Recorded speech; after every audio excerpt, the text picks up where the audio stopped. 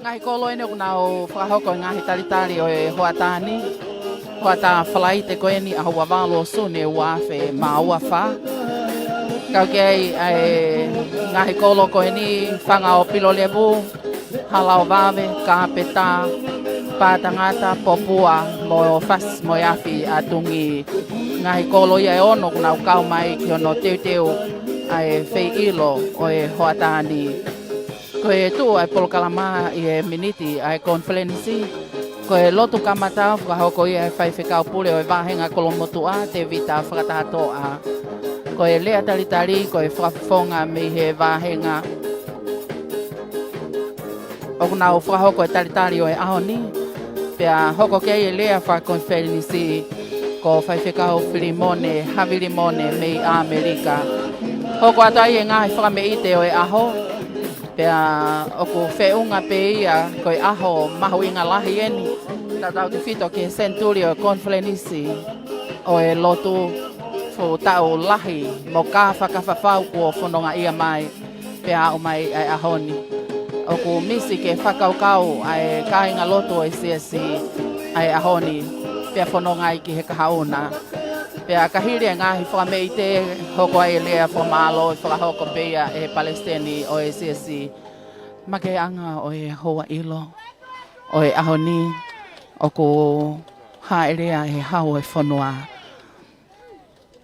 Tuhi ko e mau inga o e ahoni i hono Tongatapu pia mo hono lotua ai hokosia ai Tongatapu o e Konifelenisi ai Siasi Uesiliana Taumafa na o Tonga o ku me ite pia mawawa ai loto o ki nau tolu kotoa pe ku nau whahoko ngai talitali o e ahoni.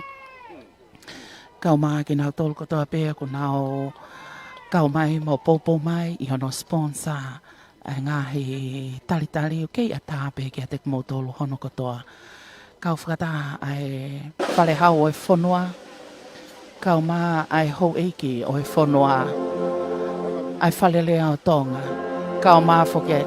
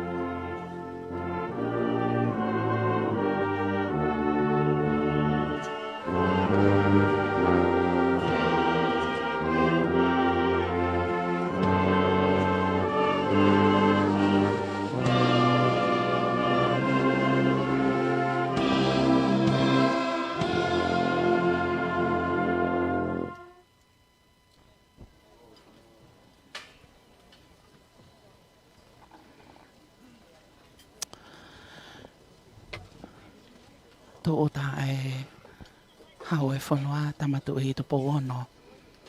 Kau maa kuini nanaspau o. Pilinisi kalauni kau maa sinai takala. Wakai. Koe ni ai monu ia. Koe kakai o apatia ki a sioa. E o whake whai me saione ho tāpua ki i. Ia ke tolonga ka ingata i ni alofa. Ke tau tangata, moi tau tangata. Tulou ki he tōtō whai mo unga. Ai whakamaunga. Moi whakatalu o i lotu. Moi māma whakaotua. Tu boulaki. Ko Hono huelo. Nāne hulungia ai ngāhi kuonga o au mai ki he kātoanga whiewhiani moi kuonga honono.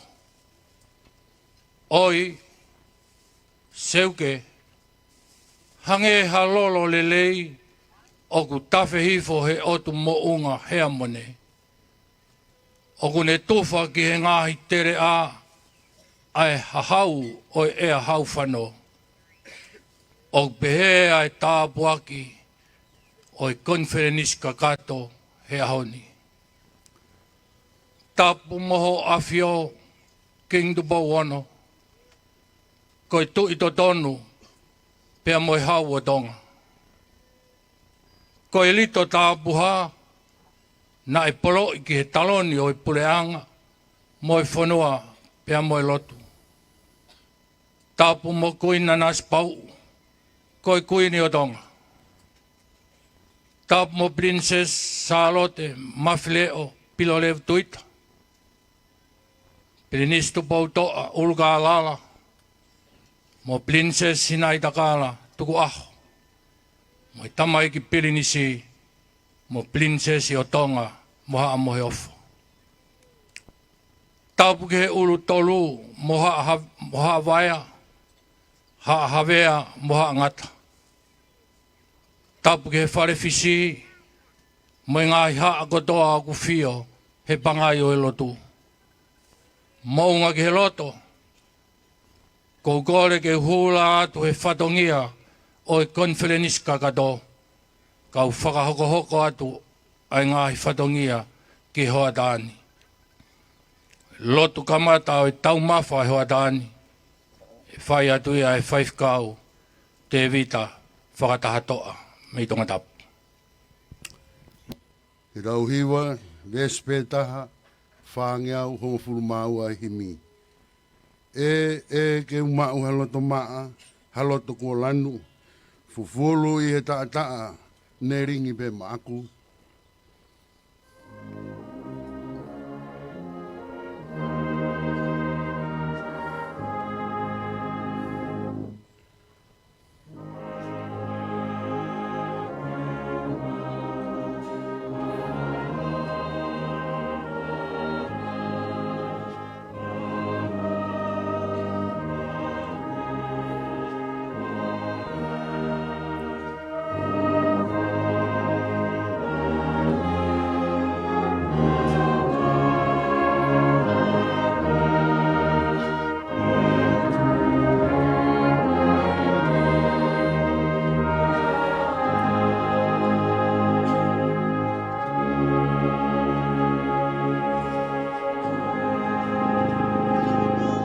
Lotu, o tua math mo ta ngata. Ai aviona koe Fakalotofo'ou anga, o mea kotoa be, i taimi pia mo i tāni tina. Ko sātai si hova koe o tua whiunga moho mau wai. O me te ai mala e Maamaloa he hoa tāni, koe uhi ko awhio ho mau tu i tupo wono, mo e kuini o wheina o Tonga, na naspau. Ai hiki Taumafa o e Senituli o e Latu. Taine Princess Pure, Charlotte Mafileo Pilolev tuita, mo e kainga lotu o e whasu o mau pasi, mo e awhi atungi. Whangau Pilolevu, kai umai kainga lotu o e wahenga wa e popua. Si kau tufunga me kapeta kai umaa, ai kau tauhi lotu o e wharehu whanga, me he hala o wawe, ki he Konifelenisi Hono te au. Koe moni ai haka he langko tau, ai kere o e Lotu Uesiliana, ai mala e tupua o Maamaloa, he oku ke i whangmaringi ai tauhi lotu iho mau ki kuangani. Moni be punake, whaingofua ke lotu o katokolahi, koe hou e ki ke pou ke tu i ke hapai. Peko homau whakaloto lahi anga ia, ke to'o ai ngahi matapa pia hanga ki Jerusalema, pia ke mau lotu o lotu Tongatapu. Ok mau ke i kau he Fakafeta'i ia i tari lotu na e whai he ulakonga. Pia ko mau whamo oni e ngai tai maarie, ne to whangai ai whonua. Koe uhi koe hapa i tonu na e whai, koe o tua mo Tonga, koho mau tofia. Koe kuonga e ni hono pa moe ke i taki mu ai pe ha mo he ofo. He Fakalotofo'ou ai whonua pa mo hono kakai. Moni be urea utaka i he whonuani. Mau ke i tai maari e be ai manu vai he whaangota ai lulutai. Ko riu e Konifelenisi kakato, kau mai Konifelenisi kau whaiwhikau me isai one. Peko mau koloa ia he wholofola o e aho. Koe tauata'i na pe ke le Fakalotofo'ou. Ko afia tupou pe koe Maamaloa ai pe ia. Lau maari e maani oni whakawhonu iwi ai Taumafa o Konifelenisi kakato. Aki haiwi whakalangi. Pea lawe monu ai e kakai kotoa pe o Siasi. Ke Maamaloa ai ke whakakato aki ai katoanga Fakalotofo'ou o Senituli.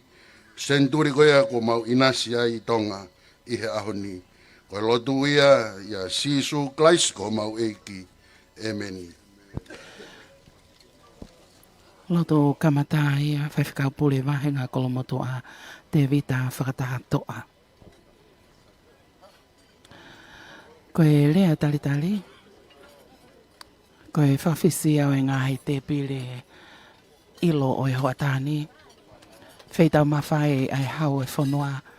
Kau mā ai whale alo fui lupe. Moi ho iki o e whanua. Ngahi kolo kunau whahoko i ngahi talitali o e ahoni. Whasmoe awhia tungi, kopopua, pātangata, kāpeta, halau wawe, moe whanga o pilo levo. Ta whietu kua i pēa e whamalo kia ki mautolo hono kotoa. Si ngahi whamiri kau mā ai kau ngā mea o mau popo mai. Ko e lea talitali o Konifelenisi e mea atu alo tuita. Malo.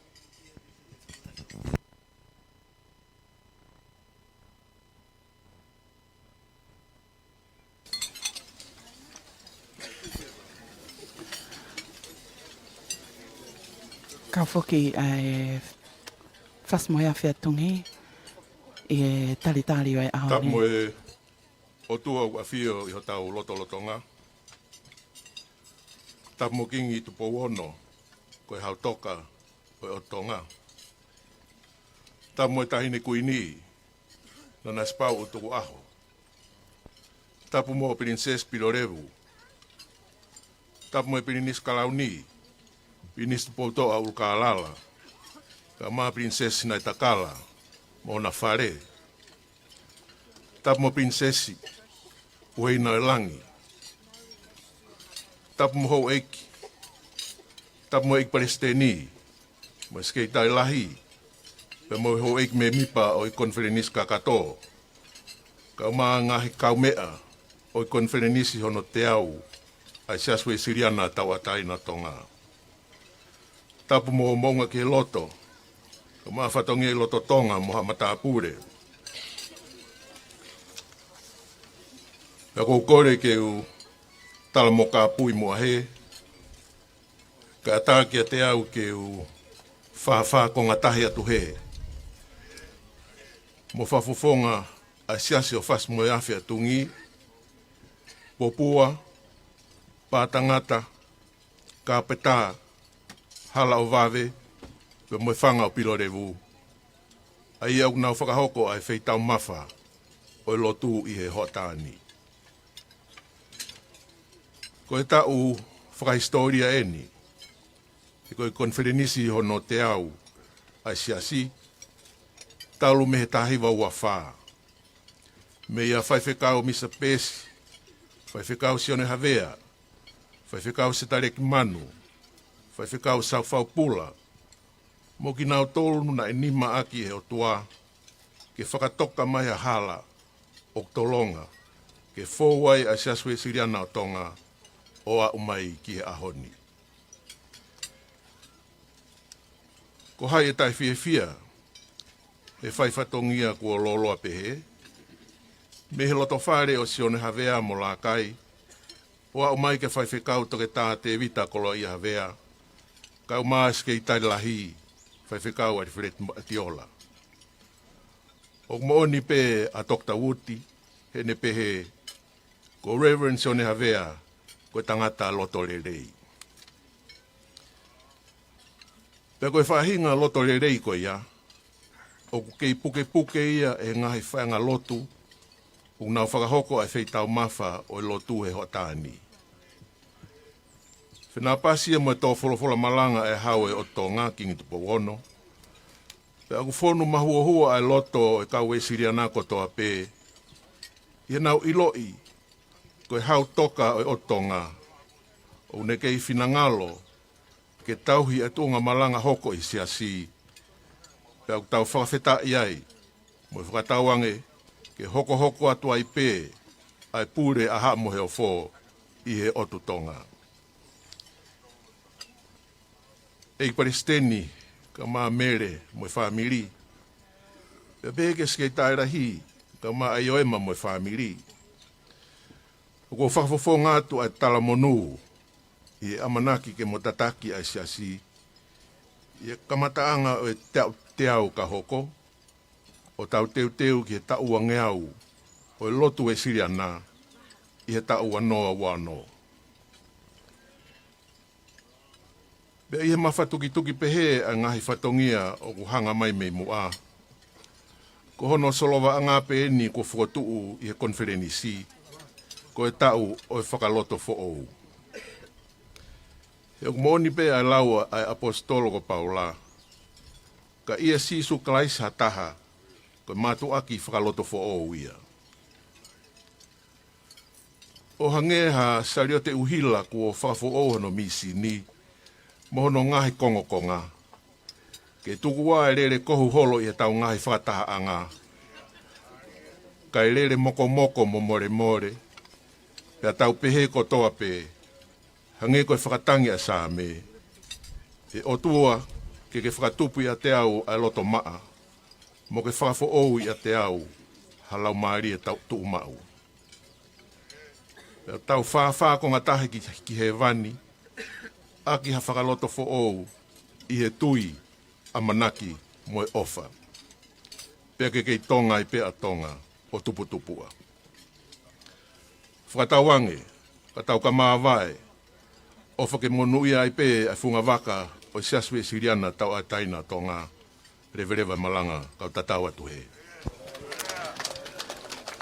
Koe mea whakawai, whakawhawhona ai ngahi kolo na Fakafeta'i whakako ai ai Maamaloa. Eke no pele Maamaloa tuta. aki ai tari o atani. Ko rea taritari ai Konifelenisi, na uni mi te tau hoka atu ke rea Fakakonfelenisi. Ai au whai ai whaifkau Maamaloa, Filimone, Havilimone, pia mei Amerika. Malo.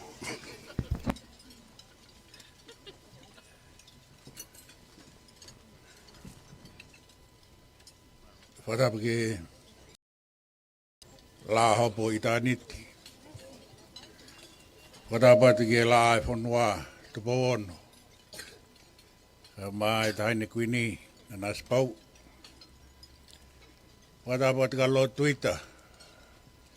Pako kore ki u ho whangatu. I whatapu kua o whaki. Na whaiwhai angeu te toa warea. Pea tālai o tō tuāpa mai te maulalo. Ai tō mua ke u whawhawhonga atu. Ai Palestini kai o maa sikeritari. Kai mai hawai ki Konifelenisi ka katoa e Fakafeta'i pa me Maamaloa. Ki a Fiona he tō e koloa. Ke Fakamanatu aki ulaki Senituli o e Latu. Pea tai maari e. He koloa holofola. Ko whai aki hono whakateki o e aho. Ko e aho whakieni o whai longa i ai. Ai hake ai whaiwhikau te a i hihi fō. Pea nai tōta a sione. Ai ulaki misinare i hifo pe mooni ai ki fupua ko whanongo tala noa. Pea nofo ai pia hi hifo mai tala noa. Kai whawholau mai. Ai tea whakahake he whanga ko alofa ki. O whai ai whakatangane o e lotu pe me api ko waku ho. E waku e uho e lotu ka rewa ku maano mamona. Ka e whiunga ia pa me haa ere matau whahau. E me haa pai. Pau kei tu e whanga ko talakai pau. Nei kore ai ne wholofola ke misnare te a ka pau te ke loto rei. Ke wholau moau ki hapai.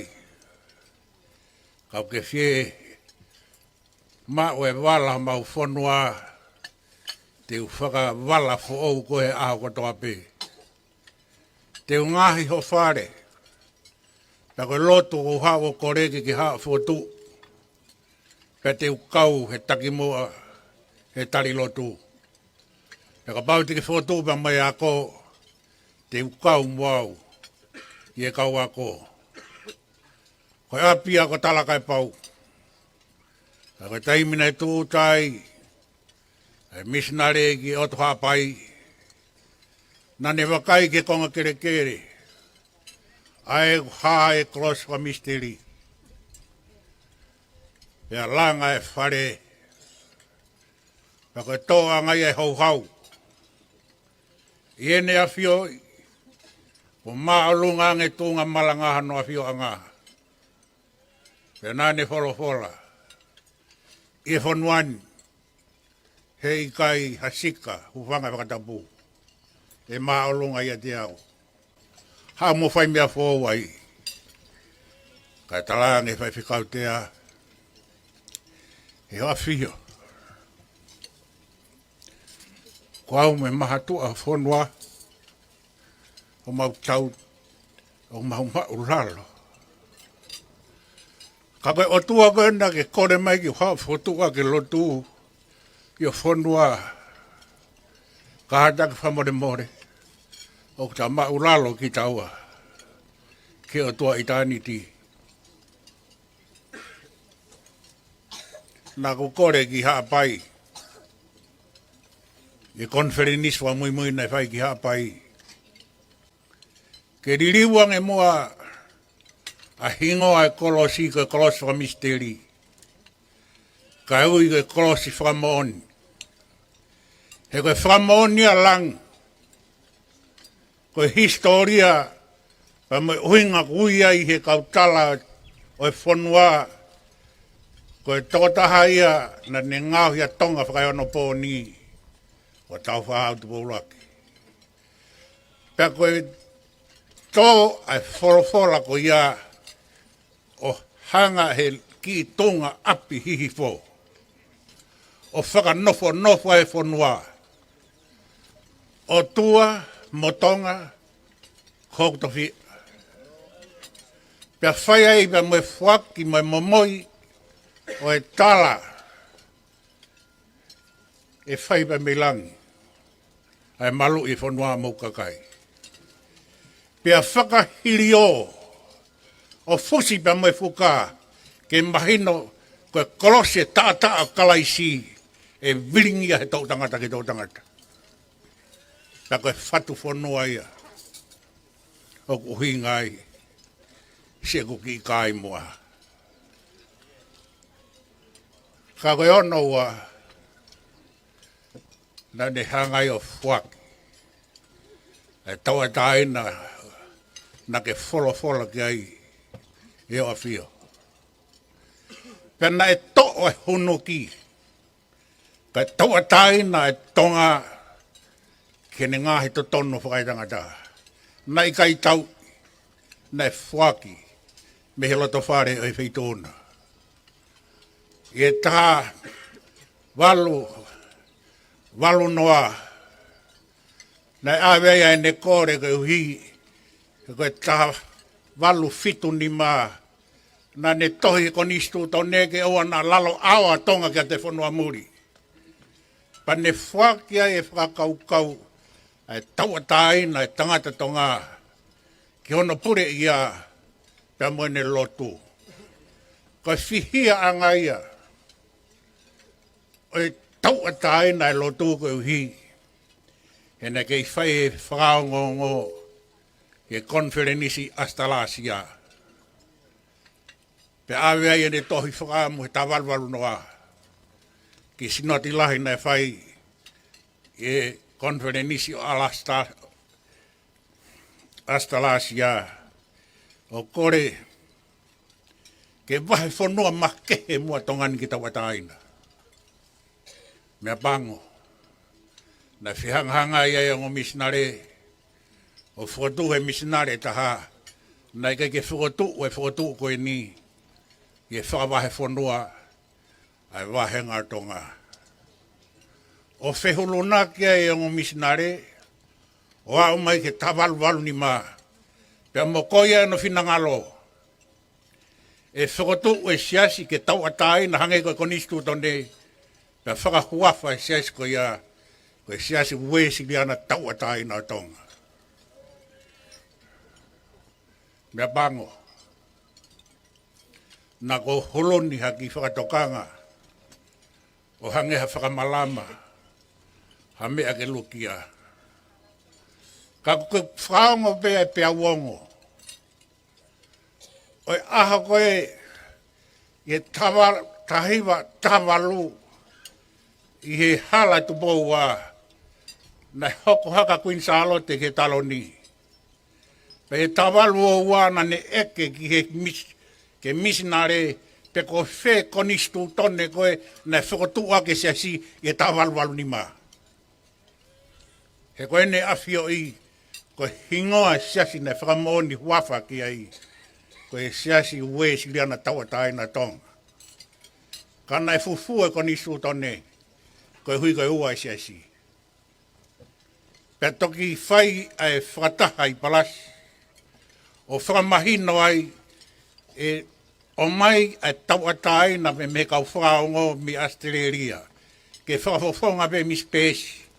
A hono Moimoi e Uesiliana ke whotu, ke siasi na whotu he tawalwa ni ma, koe huawhai siasi, koe Siasi Uesiliana tauatai na Tonga. Mea pango, koe aho, nei whakataha e siasi, nei hoko e monuka, o mawahe ai e konga e hawe ki, o whakatu, e siasi tauatai na. Pea koe ki mere ia, o kou whaambe, ke hanga mua e tō wholofola aho ni, o mui e mea ne whinangalo ka kuinsalo te, i e ua, na ne kore ke o mai e konisu tō nepe i kai o mai. I e ua tolu, ne whai ai e whakatahi palasi, pea whakamahino ai, koe ua wha e whakatahi ai. Ai Uesiliana me lot whakaongo, ke siasi na whakotu he tawalwalu ni ma, koe Siasi Uesiliana tauatai na Tonga. I e tariui e ula Konifelenisi, na mawahe ai, ai tauatai na. Kai hanga e kuini, o tala o whai, hei kai ke kei whai ai pe, ai haere, ke whaongo, ai Taumafa, kai kei whanonga ia ke tauatai nā, ke mawaiwa e loto whare o tupou. Koe hako, koe na awhiwhio, koe whē siasi ke kau ki ai. Koe ua whaia pa mai ahoni. Ka koe aho whamamahi, e koe aho koe ne whakataha e lotu, na te hu e ni. O hoko ai o ua e siasi. Pea tamate, ai whakakaukau, o toki hoko, ai te whakafoki mai, ai whakakaukau ke kei puke mea pango. Na te matofi e siasi hufanga Tongatapu, o te tue tokai kolo. Ka koe maa whananga ho Maamaloa e hewa whio. Wa umai ke Fakamanatu e Senituli o Latu, o Konifelenisi, ko tāna ki whakalahi mai. Ai wahe whanua o Nuku'alofa, me wahe whanua Australia, me wahe whanua Amerika, ke whakalahi e loto whare. o tala noa e whare a whiona pa me Siasi Uesiliana Taumafa na Tonga. And I'd like to thank Madam President of the Australian Church for giving us the four fundamental core points to always remind us as we move on to transform the life of the church. We'll never forget what you have said. It is the talanoa and the folofola and the music and the Maamaloa.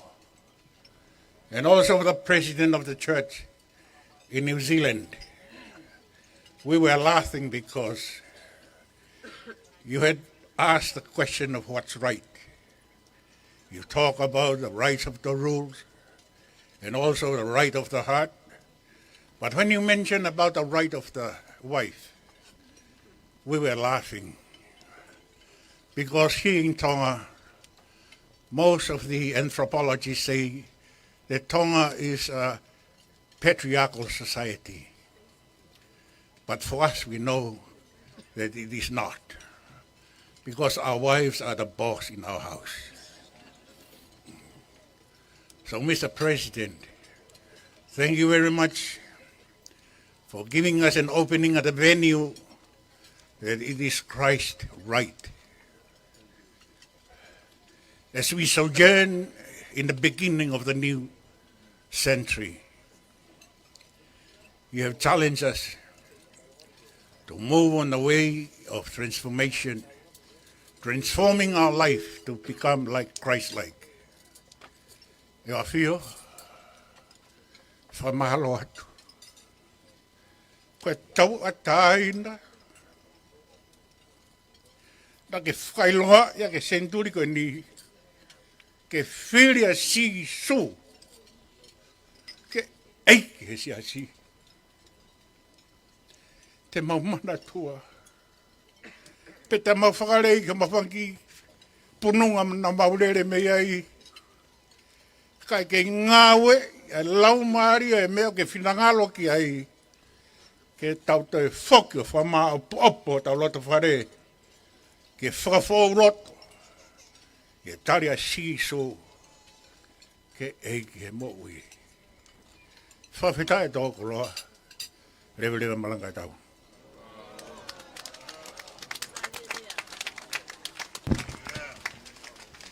Maamaloa tu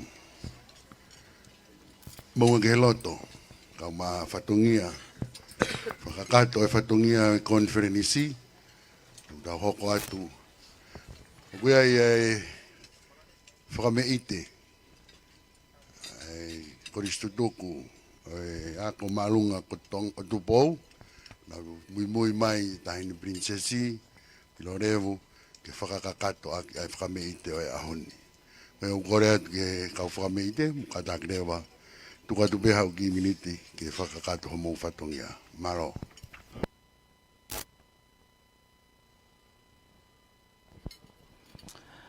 Ka whakataha i he hoatane. Ke Maamaloa lava mai mo e apea ko Maamaloa ko tupo, Maamaloa, ka whakataha mo tau tolo i he ngahi whame i te o he aho.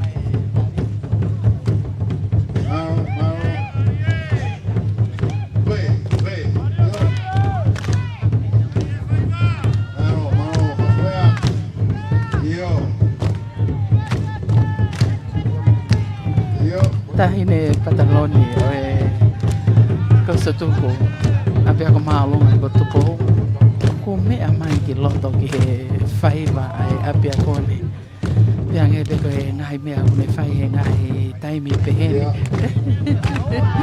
Fakafeta'i mea mai o kau i loto he maolo ai ako maalunga ko tupo tau ia e aho Tonga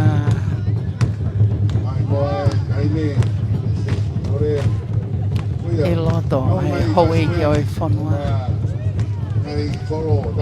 kau mai sea o e whalealea hoe ki sea e aho pia kai te tau ofo ai e toonga mātua ke maho inga lai koena o sia tau te ao o e Konifelenisi o e loto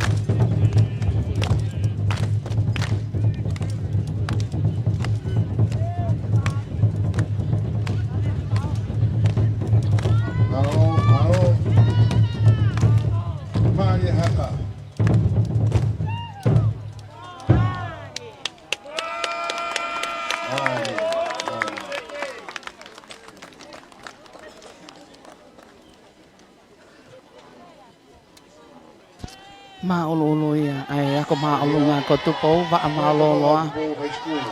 Ka ko Fakafeta'i. Fei tau lalo ai tahine princess pule. Ka ko e pataloni pe ia ia ko tutuku. Sia ko mo i au nga. Ka Fakata mo e whanau i fifia pe mo e me i te o e aho. Korere ke ki programa pe ua. Ki programa pe ua ko kore atu monga ke loto. Ke whakakato atu mua ia i he houani. Whai ai manat merie. Pami he uraki Palestini. Se tarik manu. Paku heni ai whangamakapuna. Ke nau whakahoko atu. Au nau whatongia. Nau whakalang-langi aki ai Senituli oi Konifelenisi. Maamaloa.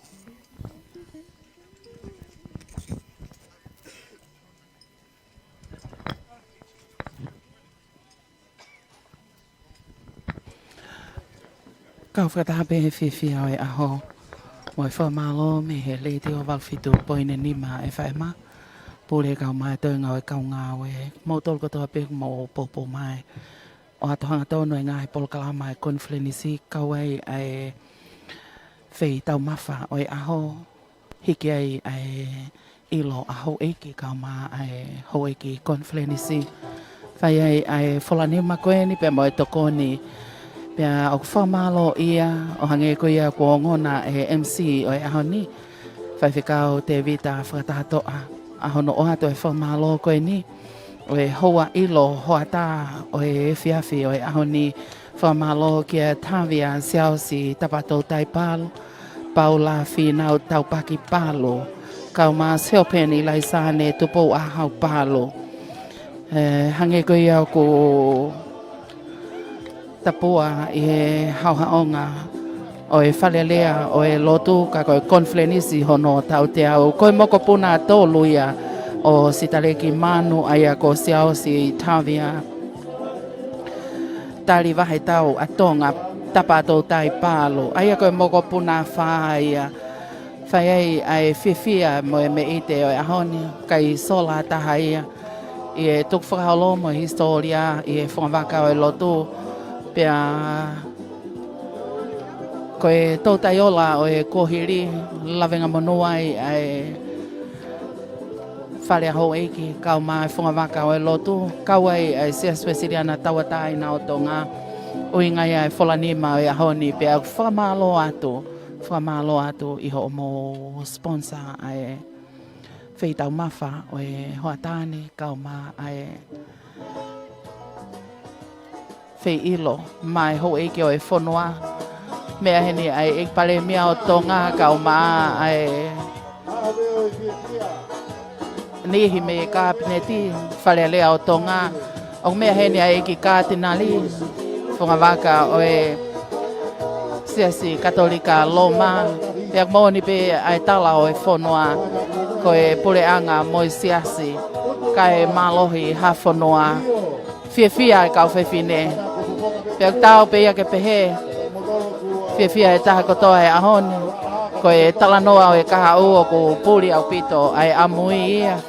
Kau whātaha mai ai whanau, whangamokapuna. Me ngahi whanua keikehe i tua pureanga. Kau whakataha i he kātoa ngai. Mo e whiawhia he aho whakahistoria koeni. Senituli o e lotu mo e Konifelenisi. Ai Siasi Uesiliana tawatai na o Tonga. Mau Maamaloa atu mo e loto honga ia. Le te o walfitu poine nima e whaema. Kau mai tau pesi Facebook a. Mo tolkotoa pe ku mo tokoni pe a popo mai. Ke o atu hanga tonu. Ai ngahi whamafola. Me he Konifelenisi o e lotu. Neongo e nela ai aho kau ki moko lelei pe ai ea. Alo e aho ni au tali me kaha u. Iai peto tangata ia te nau whai ai whiawhia peheni i e kaha u. Kau kei Fakafeta'i. ai loto e Tonga kotoa e Palestina o Siasi kau ma eskeltan lahi kau Fakafeta'i mo nau tolo ai komiti Konifelenisi ya hoko kotoa e tokoni mo e poupou o mo whakahoko mai ko e vai kau aki ia mai le te o valfitu poine ni ma e whai ma.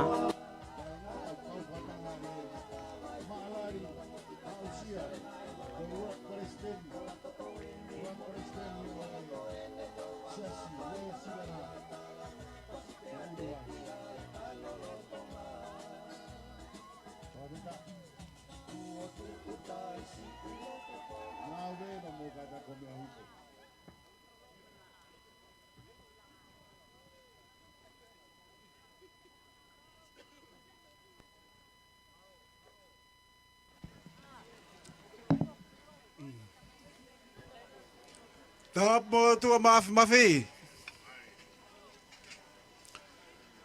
Tap mo la hobot frenite. Powono. Tap mo kuin o feina fonua. Raspau. Tap mo princess Pule. Pilolevu. Tap mo princess Kalauni. Ama princess Kalauni. Tap mo ha. Fale ha mo off.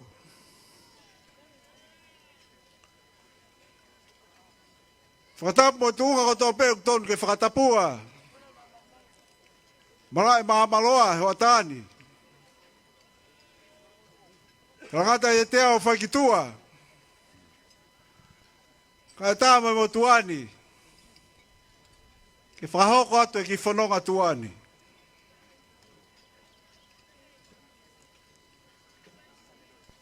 Konifelenisi Siasi Uesiliana Taumafa no tahaiva uafa. Le filia e starek manu. Mei hautu talasiu.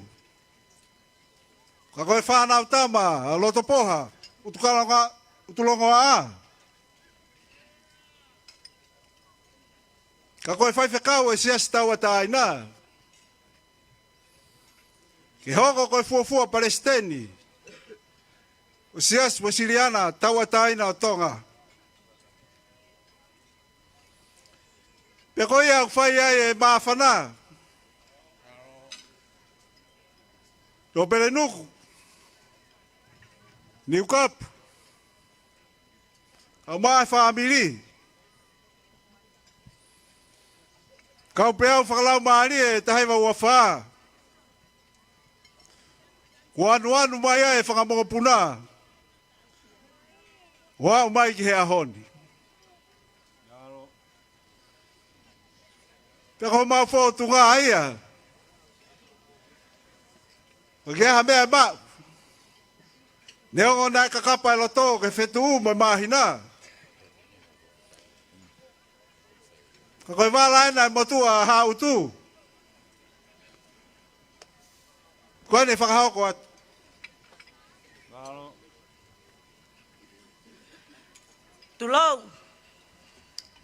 Tulou. Koe wala o tangata e ki Fakafeta'i. Sita le ki manu. Koe whātu hongo fulu. Whakamalua ke lau te au. Koe tuanga sila. Koe uango kumi paongo. Awhia ke whātu walo. Malo.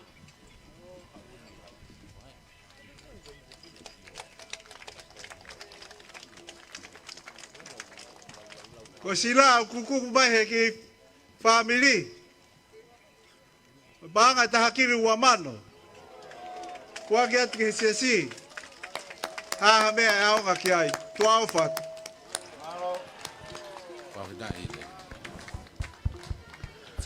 Fakafeta'i toka kie.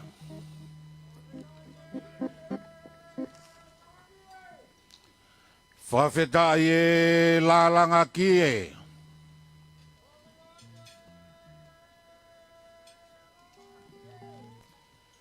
Fakafeta'i e lalanga.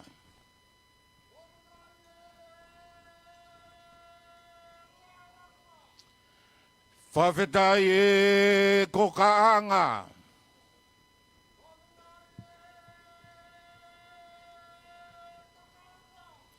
Fakafeta'i ngā ue. Tāpu ke awhiwa o tua mafi.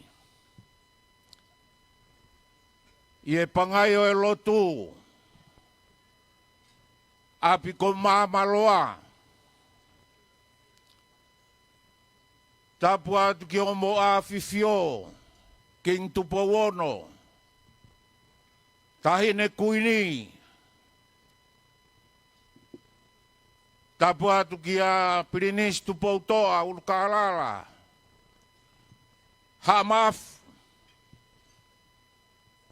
Tāpu atu ke tahine Princess Pure. Salote mawhireo pilorevu tuita. Kai umaa whareo tupou. Tāpu atu ke hauei koe whonua. Tāpu atu kioa. Kai umaa mau kainga. Kore whakamore ato a mounga ke loto. Tuku pe mua ke hufanga ato e talamalu kakato e whonua pe a moe loto. Kai ata ke whakafofonga ato e whakamalo. Pea me tangata ik presteni o Siasi. Kai umas ke tai lahi. Haueki Konifelenisi kakato. Hono taunte au. Ai whakamalo pea moe loto hounga ia. Kua whea mai ai e whanga marapura.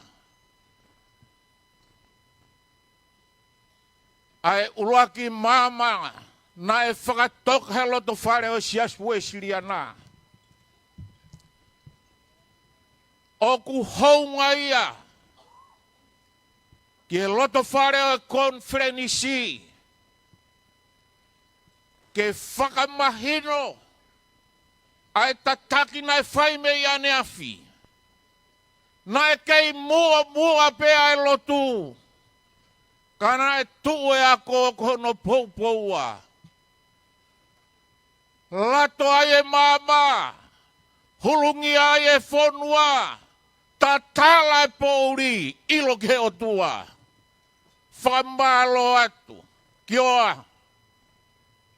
Whakatu utaha o ngā ue. O kutari pia moe loto Fakafeta'i. He mahino ki e loto whare o Siasi. Hei kai ngalo. Ai ngā ue na e hulungi ai. Aho loto whare. Koe ahoni. Mautari pia moe loto Fakafeta'i. Si Moimoi mai ai. Ai ulu tolu. Kai umaa e whakamapuna. Oku hounga. Ki he loto whare o Konifelenisi. Whakatauang ke o tua mafi. Ke ne whakakakato. Ai whakahoa whamalo. Ai loto whare o Siasi. Rewe ai whakahoa kautau atu. Tali Fakafeta'i. Maunga ke loto whafafonga ai Siasi. Kioa whamore atu. Tuku pe muha o ngā ue ke tok whakakakato. Whatongia meilo Tonga Hono tauhi. Maamaloa wito. Alo.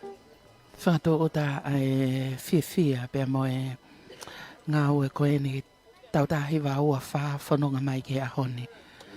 Kai aloto e tai whiawhia.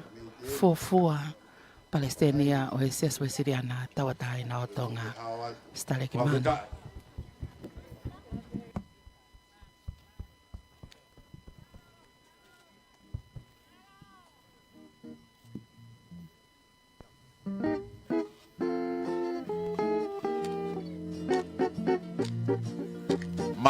Mari.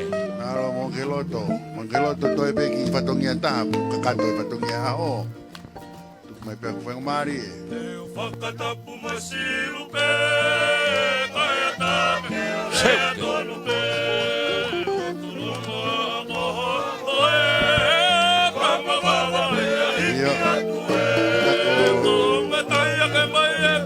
Marie.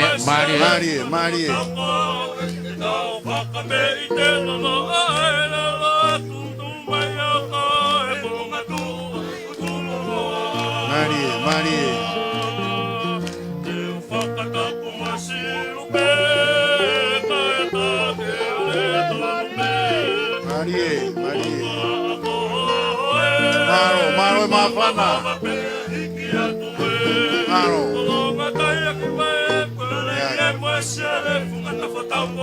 Kada goto macho ata. Laro mai ke pangai.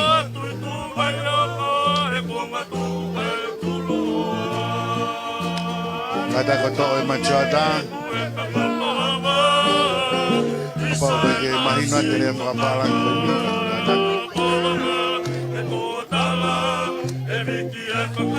Tomu mai macho ata.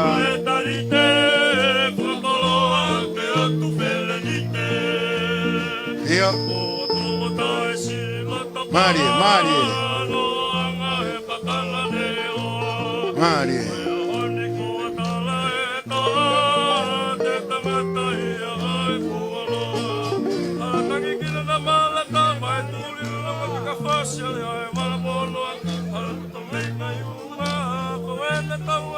Io. Rea, ketua. Iya.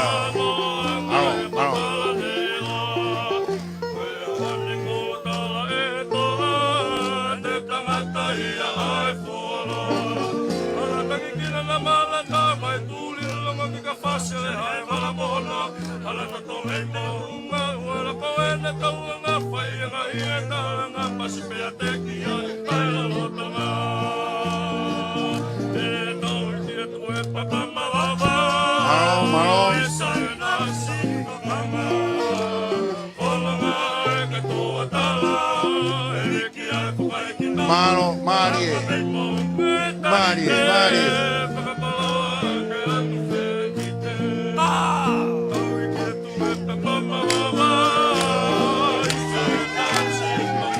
Pastoroa, pasi.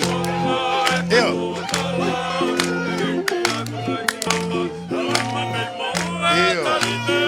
Marie.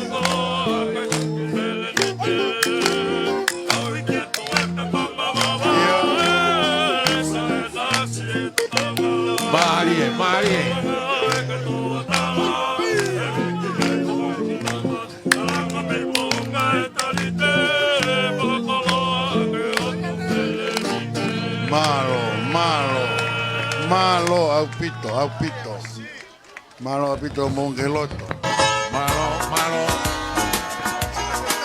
Mongeloto, toi peu ki patongia taha. Pakanela vaia. Patongia hiyo pangai. Malo badak mai. Urat Palestina. Oi Siasi.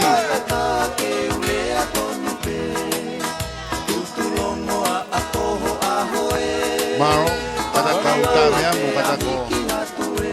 Ni haki kimun.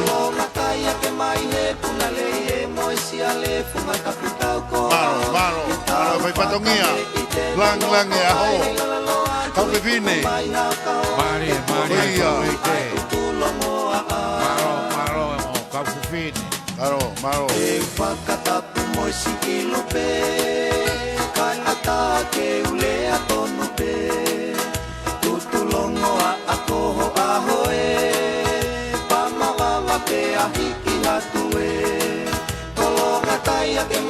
Malo, Mongeloto, ki fai ma Maria Frau si ben. Malo.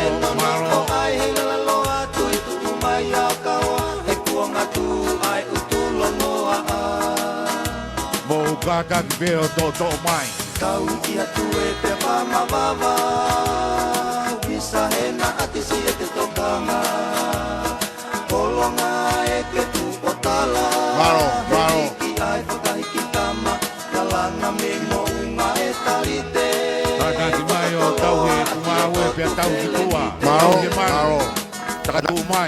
Mai ingawe Mongeloto. Ta ko hapangai Mongeloto. Hau pachi patongia Hono. Pachi Patongia Honoa. Ahiria.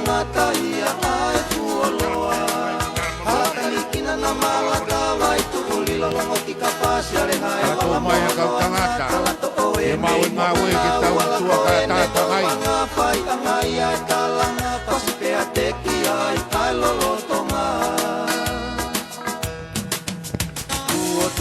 Patongia Frau Sibeni, Hopatu. Tuku me beha ki pai mari. Malo.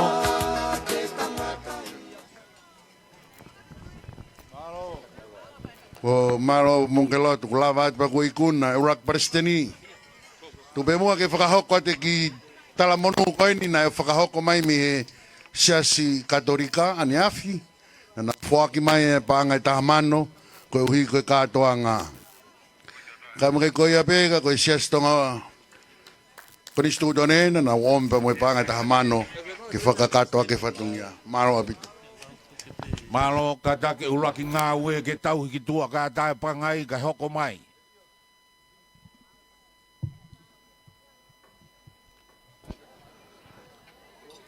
Lama ai oloa ki whatongia, oloa Palestina o i whongwaka o Siasi Uesiliana Taumafa na o Tonga. Tau me taha hiwa ua wha stalek mano. Maamaloa ki family.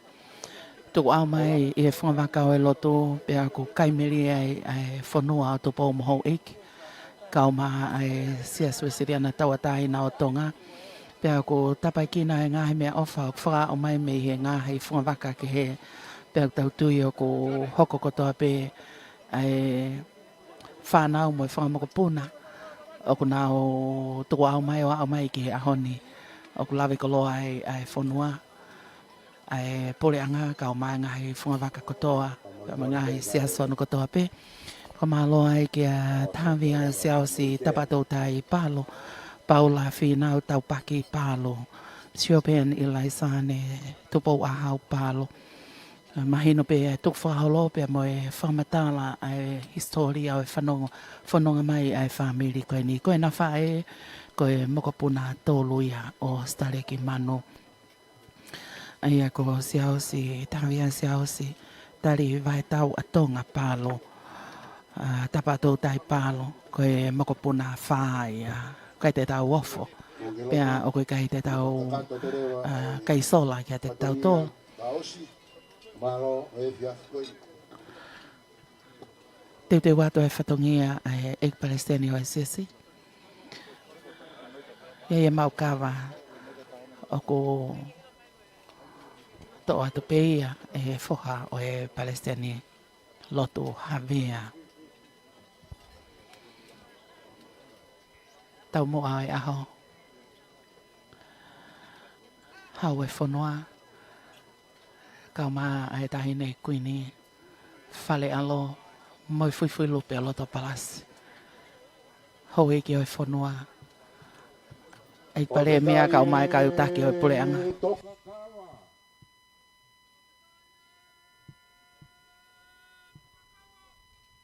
Fakafeta'i tokakie.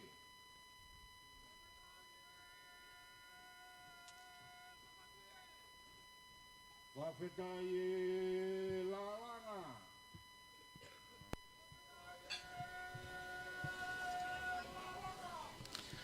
Fakafeta'i kokaaga.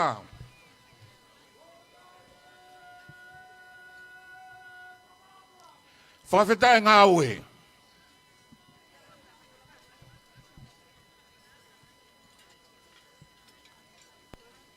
Tapu pia moe aho. Aho o e Fakamanatu. Aho o e Fakafeta'i.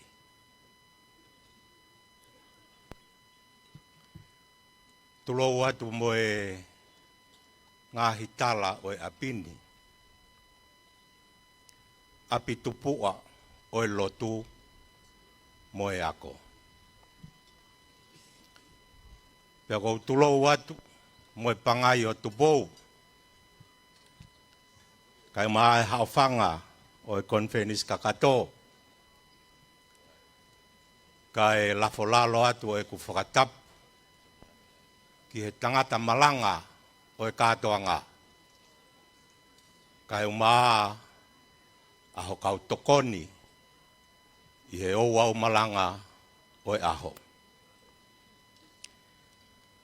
Mounga ke loto, poa ke atu mua, e ki whanau koen. Ke nau whakaholo Taumafa ke atu pou. Kai maa nanas pau, mo e Konifelenisi kakato. Koia koe ku lere mai, koe ku kore hangofua, ke whai ai ki whakameiteni, Fakafeta'i. Pea ku tānaki aki ai e ku kore whakamore tō mua. Koe ki whanau te nau whai ai whakameite, koe hau hewe e hala. Pea ko honau ni mā o ku pipiki. Pea ke kātak whamore i ho malaeni. Mounga ke loto. Kauna uomi.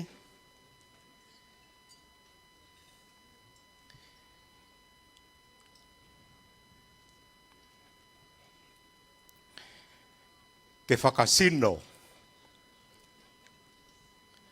Ai honga.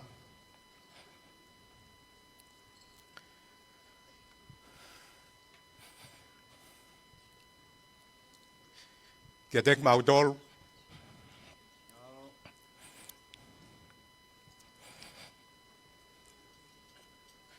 Ai fie ngawe aki e siasi. Maamaloa.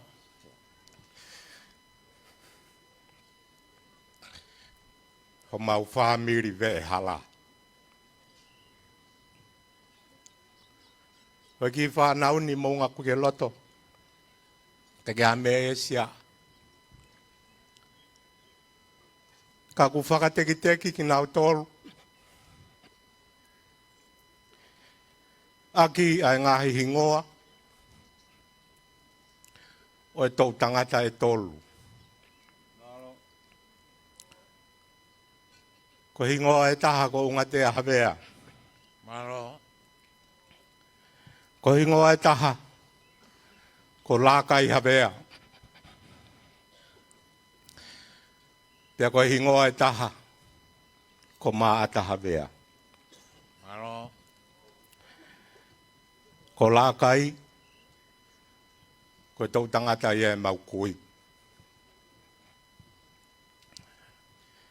Ko unga tea ko tau tangata ia e mau ongo mātua. Pea ko maata havea, ko hoku tau tangata ia, buonga ke loto. Maamaloa. Tau tangata ini e ono, ngoe whalala mai ai siasi, ke mau whakawe e hala atu pe, ki he whatongia o e lotu. Koe whamore atu mounga ke loto. Ko te evita koloa ia, motua koe ni o ku paresteni, koe tau tangata ia hono whaa, o ku ngā ue mai siasi. Maamaloa. Ko ari fereti tikisoni, koe tau tangata ia hono nima. Pea he fiafi sāpate, ka pau e kai liriu e tūtu uni ai Konifelenisi whawhaiwhekau. E hiri whakini mai e taha o e tau tangata hono ono. Ko se tareki, ka venga.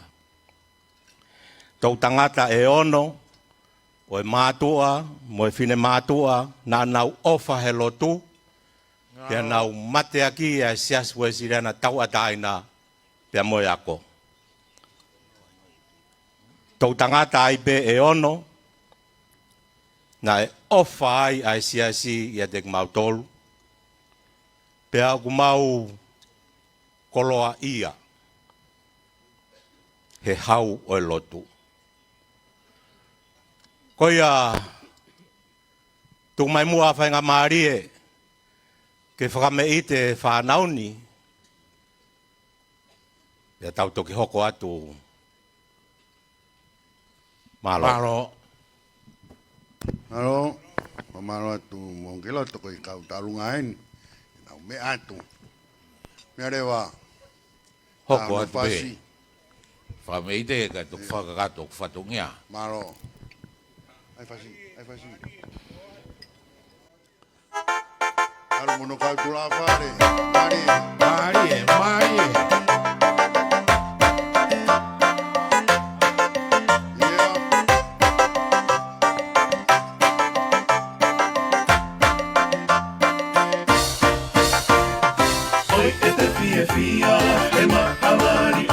Tongia ia ai e Palestini o Siasi. Ane peko e patongia na tak malai aki ai malai ko Maamaloa. O kui kai te tau ofo, pia kui kai sola ki te tau tolo. Ai talanoa o e tuk whakaholo o au ki ahoni. Kai ngalo abe ai ala folau hea vola. Mofono ki tangata.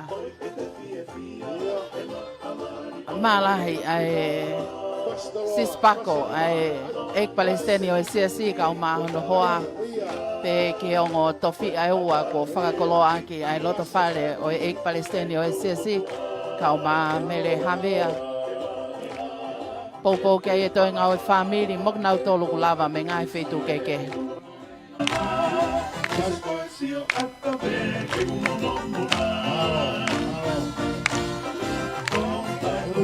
Konifelenisi. Apa kau uno que te quiera? Betul piloto. Betul piloto.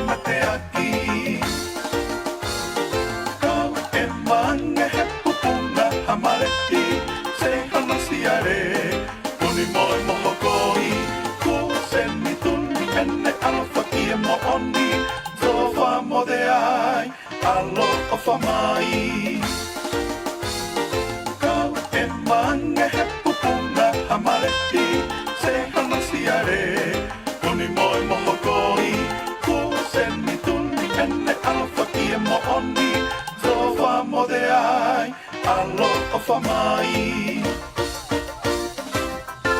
Mare. Te Maamaloa. Ali. Isa. Buunga ki he loto. Malo. Malo mau whainga maari e. Pea ofa ku ikai fu whakatupu. Ka maki kia te koe ve hala e ku whanau. Kau ki whanawhana atu pe moa buunga ki he loto. Malo. Koe whangi tamaiki koe ni na e tūla whare. Oku eiki ki nau tolu. Ie whanau. Malo e mau whauing maari e. Lewa e malanga kau tau atu. Malo. Moa ke loto. Ko taolunga Fakamanatu o sione havea. Pea mo sione amanaki havea. Malo. Ko hingo ai hiwa. Ko sio ata ai Senituli. Ko whaube ke whai ai whakamunomuna ki he kuohiri. Ko whau o hiwa. Ko whaube ai tangata ai presteni o Siasi. Te vita koroa ia havea. Mari e. Ko teki o talunga ko paanga e tahakilu ni mamano. Fakafeta'i. Ko wala. O whaifkau sione havea. Ko wala o whaifkau toketa sione amanaki havea. Pea mo wala o whaifkau toketa te vita koroa ia havea. Malo. Ko whala paong o tolungo kumi. Awhi ake e ngatun lau te fuhi. Takapau ake e whala fihu uango kumi. Ko hono kie, ko e kie tonga lau te au. Whakamolu ake ai whatuwalu. Pea ko e whatongia o e whaamiri ke whariki ake ai mea lele ai ne awhio. Maamaloa bito. Whamoremore mua mounga ki he loto. Whihara ke ku lau e hoko. Ka kuia i ki o ki whatongia o kātoa. Moi awhi. Kau mai tahini princesi ku toku whakahoko mai. Tuku mua ke ki whainga maaria tua i rewa. Whakakato atu e whatongia o kātoa ki whas moi awhi. Moi tahini princesi ki whatongia e Siasi. Koe o kore atu ke kau whawhaifkau, koe kau motoro na e. Koe mai whatongia koe ia, ke whakakakato rewa ia he tainimi. Koro pe mua ho moa fifio. Whakamore atu ke kau whai whatongia, tu ke whakakato ai whatongia mounga ke loto.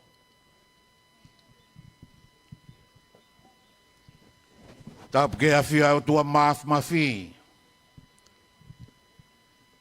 Pangai o lotu. Tapu atu kia King Tupowono. Kai o maa e tahine kuini.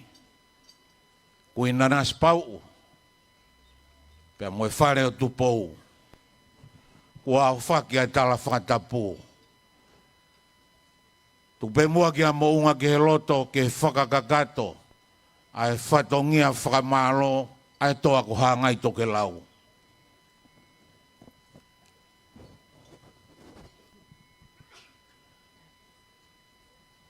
Kawafusi.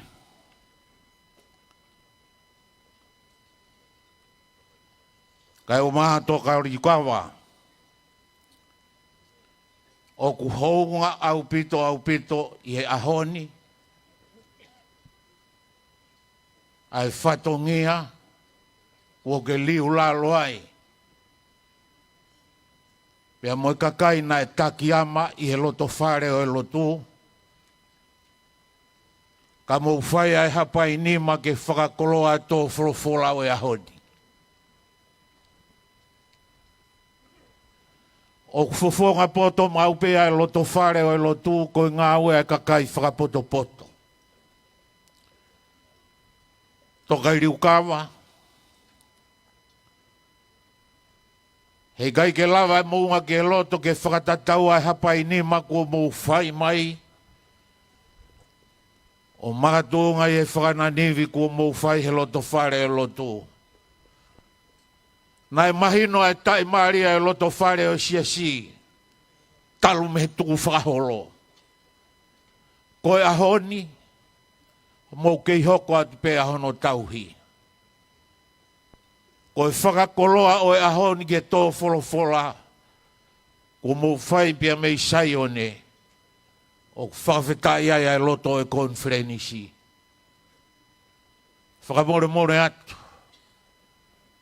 Whakatauanga pe ke o tua mafi. Ke ne whakakakato ai Maamaloa masiva. Koe hounga ho mou tauhi ai ngāwe. Pea moe pangai o e loto. Lewe ai whakahoha kau tau atu. Monga ke loto. Whai whatongia mai. Malo atu monga ke loto. Ko e kawa pia moe ngā ue, tauhia kia whatongia mei loto Tonga.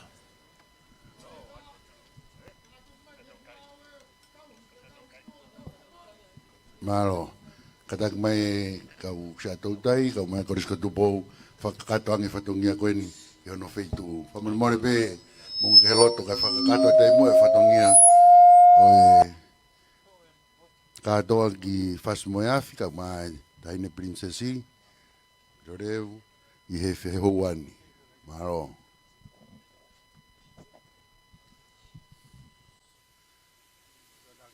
Whasmoe afi, katak mai. Katoa. Katak mai katoa whasmoe afi, koe kau whai whakau.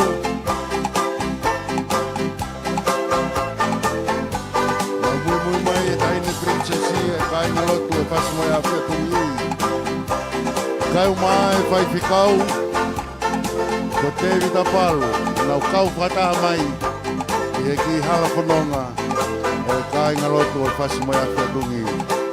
O e kore atu ke kāinga lotu mo kātak mai rewa, ke whakakakato ai whatungia, ka ata pangaia, o munga ke loto. Maro.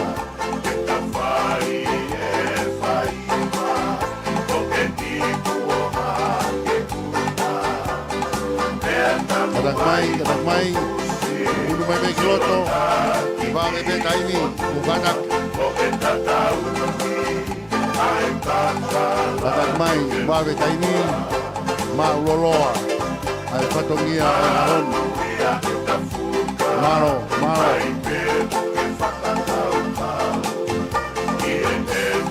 Pea mai,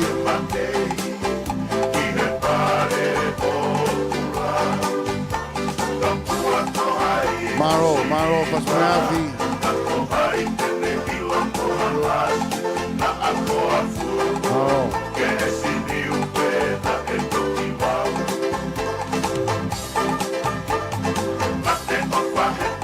Unu vegi moa, vegi taupangai, bukan aku me akiloto. Buena, ko princesiena. Whasmoe afi, mokataki, langa mai.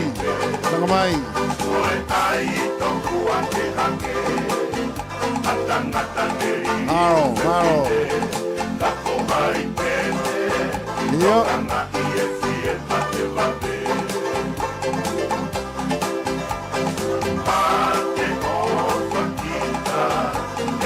Kataki, vai ficar um bom levar demais.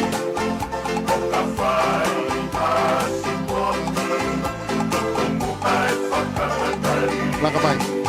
Maro.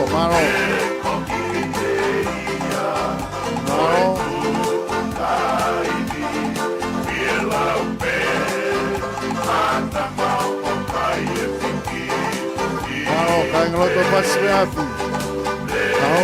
Ahoen te pia.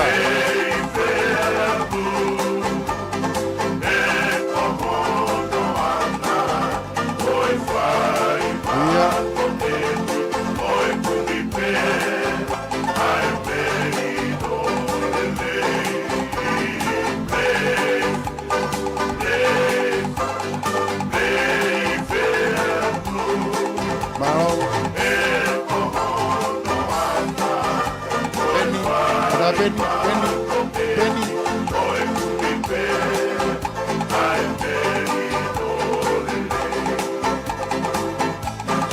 Maro.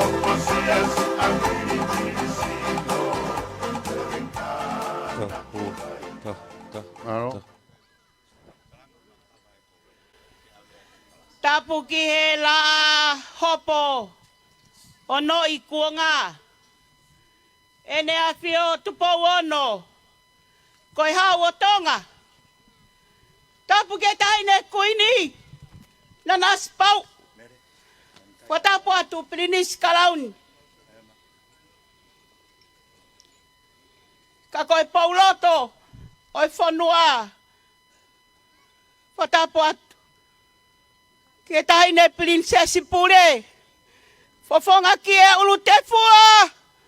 O atu Tonga. Taka ape. He tahi saute.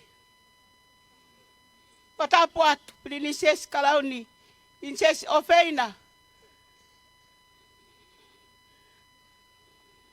Ka whatulo watu.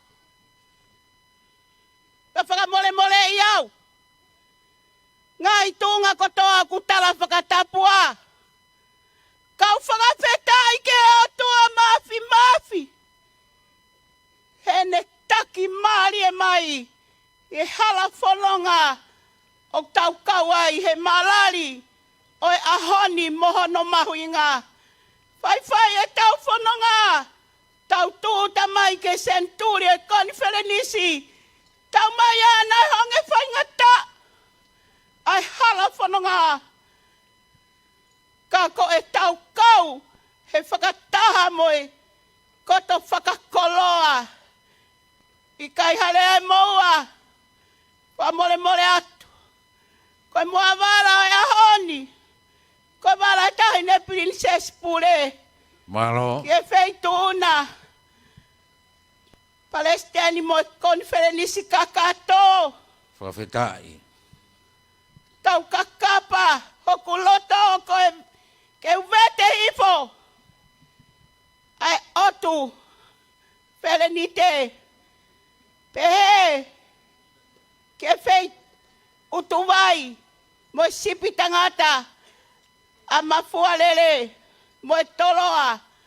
Ke whakafono atu. Aki hoku whatongi ahe ahoni. Fakafeta'i. Fakafeta'i. Ke langi e ku tau poto. Aho whakakola. Nai tuunga he haa.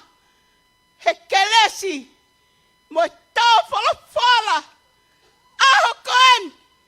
Koina ne lawe iloa. Fine motu ata e whe unga koen. Kai tuku keu tala mo kapui. Kai whaiha Maamaloa kasi hova. He Fakalotofo'ou. Malo. Fo'ou. Mahoni hau haa. Tau alu ki he vani. Ko he vani. Mau pei mamani. Teke lava ke tau mau e whanua ilo pei mamani. Fakafeta'i e lotu. Fakafeta'i e lotu. Moimoi. Ai lulu tai. Ina sia e manu vai. Fakafeta'i. Whamole Palestini mo Senituli. Oe. Wanoa wafa Senituli. Malo. Fakafeta'i. Toko moa. Keu tatau atu he. Malo. Sai. Tapu ke a whia tua mafi. Ie pangai o Latu. Tapu atu ki he tamatui tupo ono. Kai umatahi ne kuini. Pia moe whare o haa moe o fo. Kore whakamore atu pe. Katoa ki whas moe afi. Tuku pe mua ke hufa ngato munga ke loto. Tala malu ka kato whanua pia moe lotu. Kai ata pe ke whakafofonga. Ai Maamaloa pia moe loto hounga ia. Tangata ik Palestini o Siasi. Sekretari o konferensi kai umaa konferensi kakato. Hapai ni mako ke whai he houani. Ko e kāinga koia o e tāhine princess pure. O hounga ke loto whare o Siasi. Ai tauhi lotu ko mou whai. Whakatauanga peke o tua mafi. Ke i whua kiwi mo i kelesi. ke tau kei nofo mā ube he whafou e tau moui, ke hoko atu ai e tau tauhi, mo tau whetaki nima i he whai o ngā ue o lotu. Lewe lewa e whakahoa kau tau atu. Malo, malo mong ke loto. Whamalo he ki om taimi. Programa whakaosipe ni mong ke loto. Ko e rea whakamalo pe mo e lotu ku o whai bea e tangatai ki pasitene Siasi. Malo.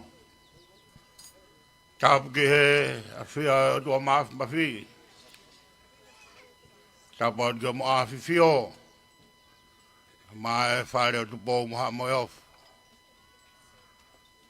Tulo watu monge loto, ngai whatapu ko tō pē ko tala mua whaki. Tā ke whae whatongia koeni, Konifelenisi ke whae Whamaloa. E wa whio ko whae rea ia e Konifelenisi o kātoi e ngahi makaturiki, me ngahi turiki tau ulunga. E kloa wholofora, ko tō mai Siasi pe moe kātoa ngā. E mau fie ai. Whamaloa. Kai toloi koa e hai ai mahina ene malama. Pe koe whaturisi ene uulu pia mana. O me au ki whaiga maari e ke kau he fia. Taiwa wawhana e tō ia bini e fu heilala. Koe fu heilala pulu. Pena e om keu tauhi. Ko Hono tūtu ni, hei kai torino ai e taha.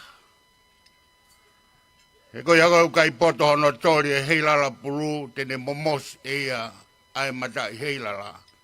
Hei kai lava hane kakala ana. Nei whakau pēke tauhi. Hei ai pe aho. Hei awhi mai hataha. Ke tori e fu heilala pulu. He wa whio, Fakamalo lahi. He awhi mai, ke tori e fu heilala pulu. O ia ko Maamaloa. Mahino ai koe mamana ia o e kakala ke alaha. Tala hono a ngā o ka ahono mausa. Ko tofe moni ape o gloi mata ia. Mautau ia whatungia ia bini. Te ko maulau ka wanga ia, he ata ko wheluteni. Whilau na e whono ki moana hano fua kawai. Koe mapatongia manu ko whio heri ki vai. Isa ko huni e lolo o e whaimadeaki. Mea tu pōluak, ke ha whiona. Ke i whaimadeaki behe tauhi, ai whanua me mai lotu. Pea o mau lo lahi atu ai fia me Fakamalo. Na e pani bea e a whiona ke whakataua daina. Kua ke wholofola be a honi ke whakataua daina. Pea o mau lau manu ai mo mau fia. Tala manu atu. A whiona mo e kaha. O e whakauta au whai i e Siasi bea mai lotu. Te gai tō kuhifo, pe Taumatala e Fakalotofo'ou whai whatongia ai Siasi ki ha whiona mo loto tatau. Ke mau kei puke a fula e whatongia, ke teke a langi, o e whare o tupo Moimoi ofo ki he kauna. Mo ke loto a whe Fakamalo ki kāinga taine princesi, me whas mo a whia tungi. Ko ki whanga a whuk, ko e whanga pe moi au pilolevu. Whai tui pe Fakamalo ki e whanga au pilolevu. Ko e vai popua mohono pā tangata, ko e talapeia o e ura kuanga. Ko mo tolu pe moia. Ko e kautufunga e mo e wharehau o wawe. Ko nā tolo ku hao mai a lotokolo ke malui ai whare o tupou.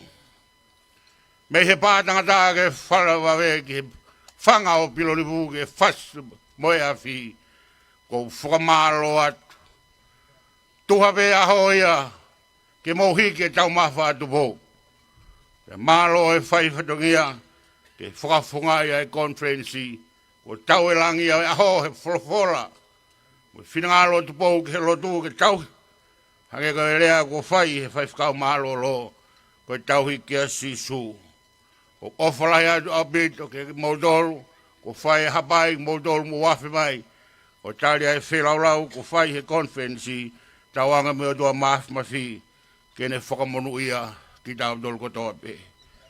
Whanga o ngofuru mawa e Siasi sisu omi e koloa ai loto fu'ou ko loto hauhawa ko imisi o ke whātau loto.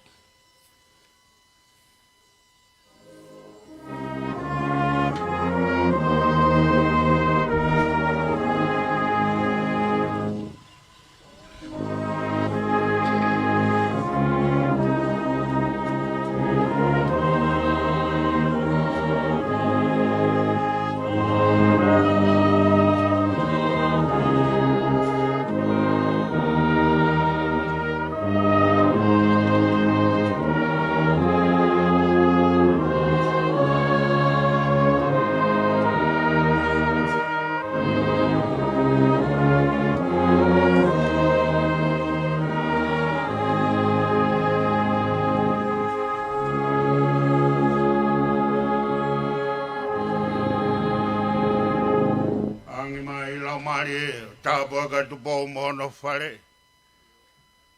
Toka ki Tongatapu. Moe futoa ko halai toke lau. Whakamoko ai e fiafi mono ngahi whatungia. Ke whai lau maari e be. Siasi e. Me konferensi kakato. Ko hapai e ko omi. Mi he fas moe afi ka maa whanga piro le vuu. Me ngahi kau ngā api o ko Maamaloa e sia ko veongo. O miha mau tāpua ki whadaha moha mau koloafa. Ke whaia ke mau tauhi lotu. Moi mau tauhi ke a whiona. Tau tutukua moho keresi be om ke lahi. Be mau nofo ai o kau ngā mau keres. Hange koe wholafola a honi. Koe keres pe o ku hulu. Koe a be te tau lawai. Tāpua ke whakadahangani ka mai toanga whatungia ho ia sisu klais ko alo kako mau whakamui. E keresa ek mo whatua me whelau mare mani oni ke tāu dol ko toa pe ia whaibio tangata. Amen.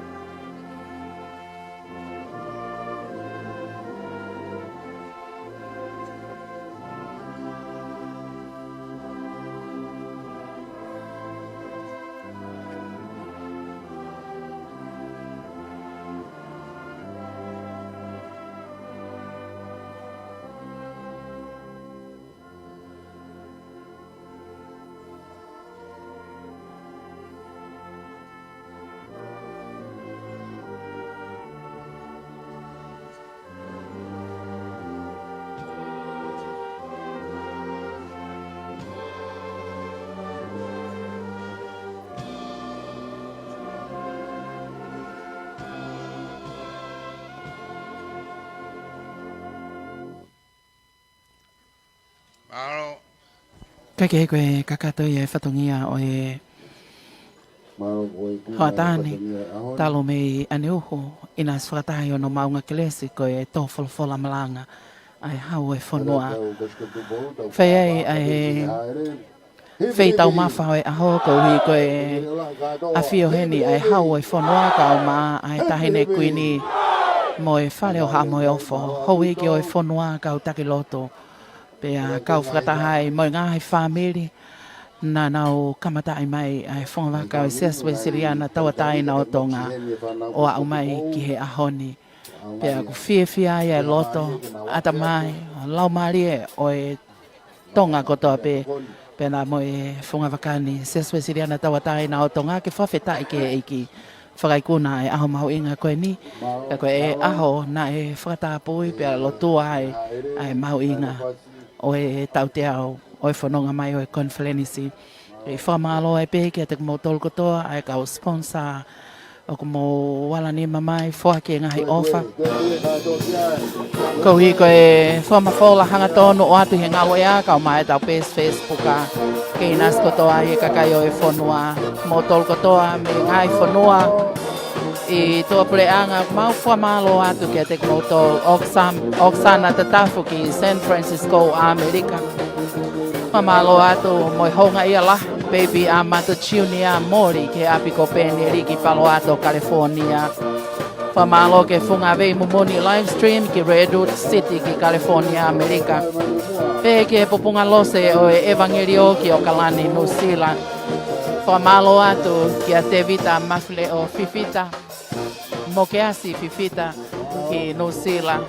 Maloho mo ofa mai ki e tau ngawe o atu anga tonu ai i he taimi ko toa pe i he ngalu ea kauma e tau live streaming ai whatongi au e Konifelenisi talanoa o e kamatai o e funga wakani tau tahiwa ua wha uluaki fua Palestini au e Siasi Uesiliana ia e tuk whaholo whanau whangamokopuna o kua mai ke ahoni kuloa i ai whanua au tupo moho eiki Teo kau mai ke sponsor o hoa ilo o hoa tani.